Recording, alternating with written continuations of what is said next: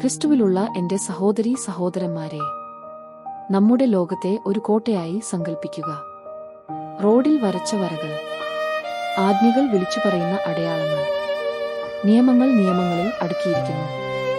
കുഴപ്പത്തെ അതിജീവിക്കാൻ നല്ല ആളുകൾ നിയമങ്ങൾ അനുസരിക്കുന്നു. നല്ല ഡ്രൈവർമാർ ഒരിക്കലും റോഡിൽ വരച്ച വരകൾ കടക്കുന്നില്ല. പിന്നെ ആവശ്യം ബ്രേക്കുകൾ ഇടുന്നു.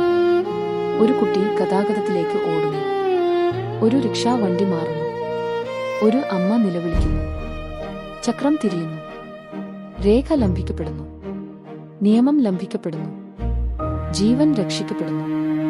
പിന്നീട് നിശബ്ദതയിൽ ഒരാൾ മൃദുവായി പറയുന്നു, യഥാർത്ഥ മനുഷ്യ ആവശ്യം ഉയരുമ്പോൾ നിയമങ്ങൾ വഴുന്നു. സൗകര്യമല്ല, സ്വാർത്ഥ ആഗ്രഹമല്ല, പക്ഷേ ആവശ്യകത, വിശപ്പ്, കരുണ, മരിക്കാൻ വിസമ്മതിക്കുന്ന ജീവിതം തന്നെ. ഇത് പുതിയതല്ല. ഈജിപ്തിൽ നിയമം വ്യക്തമായിരുന്നു. ആനുകുട്ടികളെ കൊല്ലുക. എന്നാൽ ഷിഫ്രയും പുവായും എന്തോ ഉച്ചത്തിൽ കേട്ടു. പ്രസവത്തിന്റെ നിലവിളി, നവജാത ശിശുക്കളുടെ ശ്വാസത്തിന്റെ ശ്വാസം. അവർ ഫറവോനേക്കാൾ ദൈവത്തെ ഭയപ്പെട്ടു. അവർ രാജാവിനെ അനുസരിച്ചില്ല. ദൈവം അവർക്ക് ജീവൻ നൽകി. കലാപമല്ല, കുഴപ്പമല്ല, മരണത്തിനെതിരെ സ്വയം പ്രതിരോധിക്കുന്ന സൃഷ്ടി.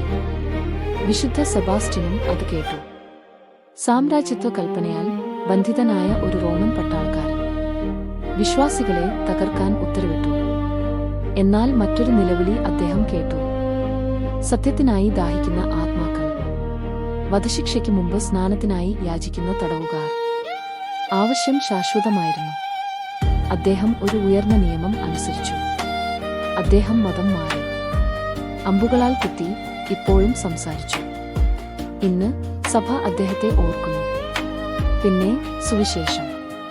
പൊടിപടലമുള്ള കാലുകൾ, ഒഴിഞ്ഞ വേരുകൾ, ധാന്യത്തിലേക്ക് നീളുന്ന കൈകൾ. പരീശന്മാർ ഒരു ലംഘനം കാണുന്നു. യേശു വിശപ്പ് കാണുന്നു. അവർ പറയുന്നു നിയമവിരുദ്ധം. അദ്ദേഹം പറയുന്നു ആവശ്യകത. ദാവീദ് ഒരിക്കൽ അതുതന്നെ ചെയ്തു. വിശക്കുന്ന മനുഷ്യർക്കായി അപ്പം സമർപ്പിച്ചു.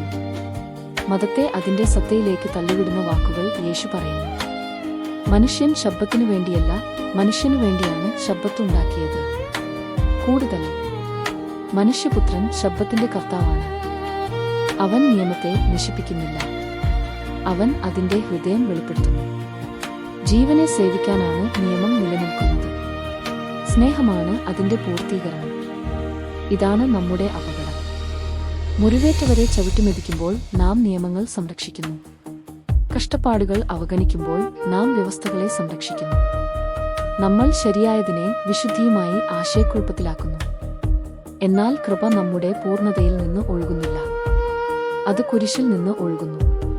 സൂതികർമ്മിണികൾ കുഞ്ഞുങ്ങളെ രക്ഷിച്ചു. സെബാസ്റ്റ്യൻ ആത്മാക്കളെ രക്ഷിച്ചു. ശരീരങ്ങൾ അപ്പമില്ലാതെ തകർന്നു വീഴുന്നതിനാൽ ശിഷ്യന്മാർ ഭക്ഷണം കഴിച്ചു. അപ്പോൾ വചനം നമ്മിലേക്ക് തിരിയുന്നു. കരുണ ഒഴിവാക്കാൻ നിയമങ്ങൾക്ക് പിന്നിൽ ഞാൻ എവിടെയാണ് ഒളിച്ചിരിക്കുന്നത്? സ്വാർത്ഥതയെ ആവശ്യകത എന്ന് ഞാൻ എവിടെയാണ് വിളിക്കുന്നത്? എവിടെയാണ് സ്നേഹം? ഒരു വിശുദ്ധമായ യുഡേൻ ആവശ്യപ്പെടുന്നു, ഞാൻ നിരസിക്കുന്നു. തന്നോടൊപ്പം നടക്കാൻ ക്രിസ്തു നമ്മെ ക്ഷണിക്കുന്നു. വിശക്കുന്ന ശിഷ്യന്മാർ, നിർഭയരായ സൂതികർമ്മിണികൾ, അമ്പുകൊണ്ട് കുത്തിയ വിശുദ്ധന്മാർ. കരുണ നിലവിളിക്കുമ്പോൾ കുമ്പസാരിക്കാൻ വരിക.